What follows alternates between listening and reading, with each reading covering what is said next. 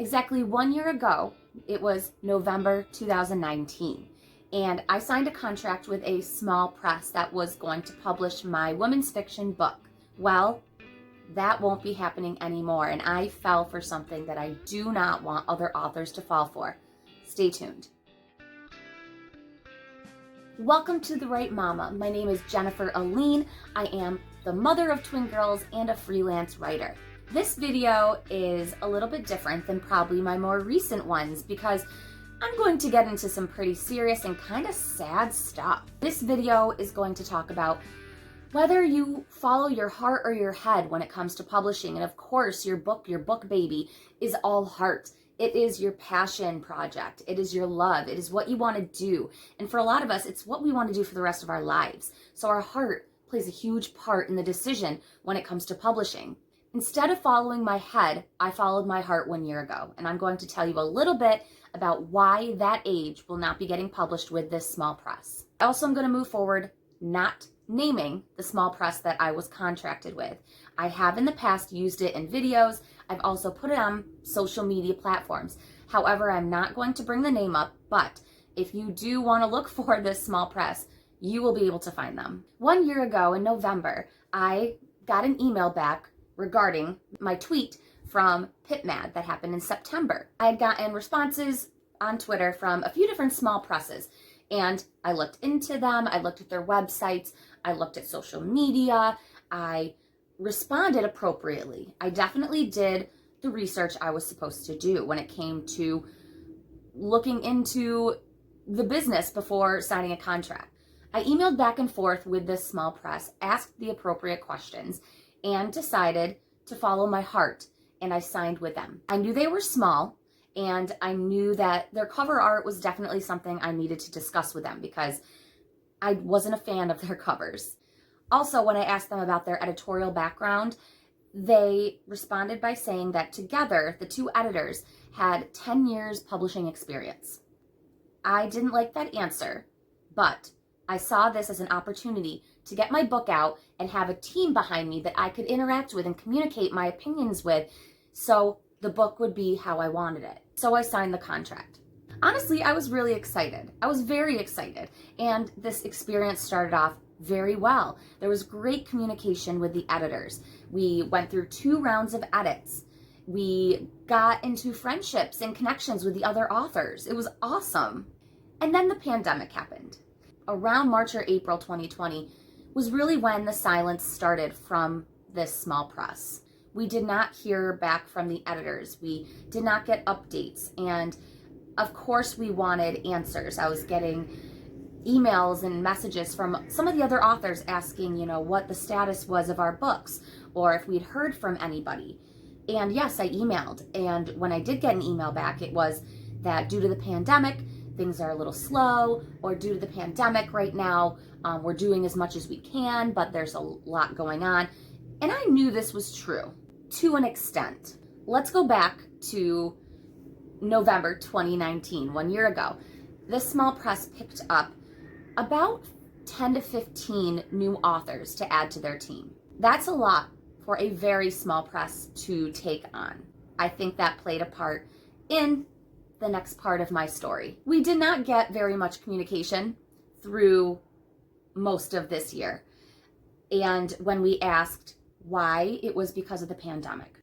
Early fall, we got an email explaining a few things, kind of giving us some updates we could work on they didn't seem like they were priority, but the email said that edits were being worked on, things were being worked on, so I was hoping it was positive. So I moved forward, I responded to the emails, I did what I had to do to keep getting my book out there. And during all this time, I've been marketing my story. I've been including it in my videos, putting it on my platforms, reaching out to influencers, hoping to collaborate. I've also been kind of strategizing marketing ideas for when my book does come out. And though these are things that, yes, your publishing house does work on with you, I was trying to get kind of ahead of the game. So when it came time to really work on that, I would have a really good organized little list going, which I kind of have one right now. So I worked on those updates, and still we would not get very much information back. When we asked what else was going on, if there was anything else that was going on, it was always the pandemic. And again, I'm not going to say that the pandemic doesn't play a part. It is absolutely 100% played a part when it comes to the publishing industry, especially traditional publishing. A lot of Big Five houses, those who are signed with Big Five traditional publishing houses, their release date is being pushed years. I also know that agents are definitely being impacted by the pandemic. However, a lot can be done from home, whether it's edits, reaching out via email, getting cover art designs, getting endorsements from other authors, marketing. The beauty of the publishing industry is that you can work from home.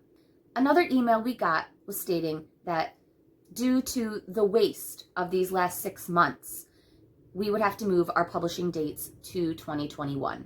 This is when I got frustrated because, again, a lot could have been done.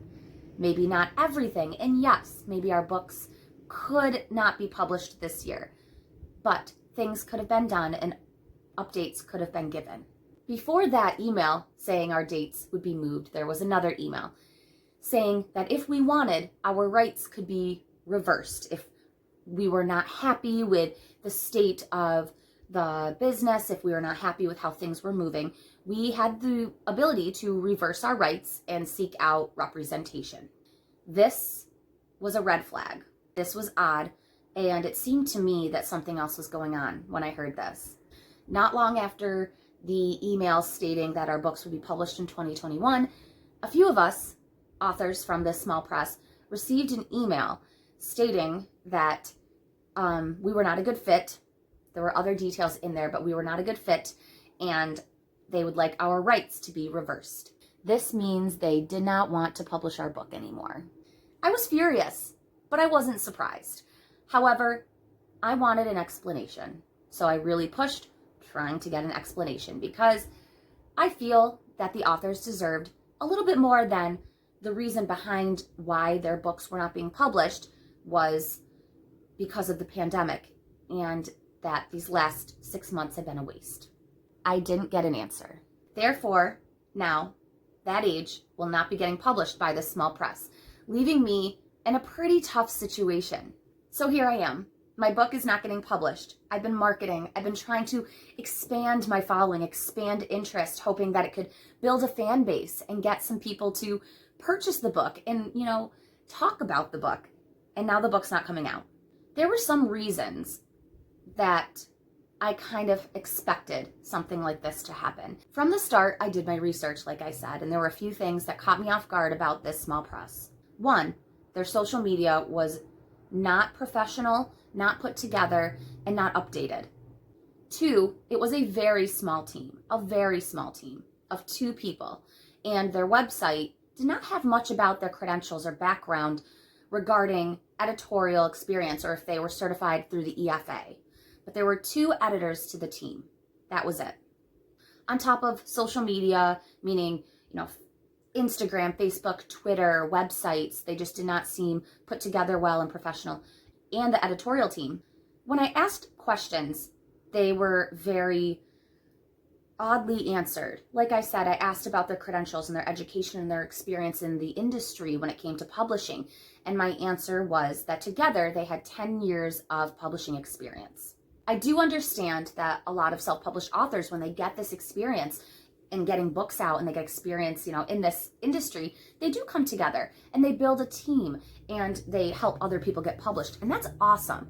However, when there's 2 people, 2 editors, and they do not have other editors, they do not have a cover artist, they do not have a marketing team, a social media team, they only have 2 people trying to take on 20 authors.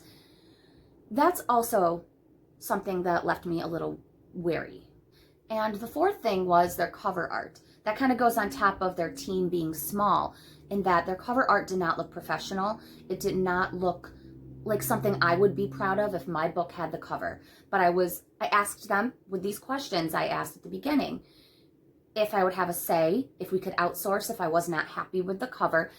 And they were sort of answered that we could discuss it. However, the small press team would have a say in the end. So between social media, small editorial team, unanswered questions, and cover art questions, I still jumped in.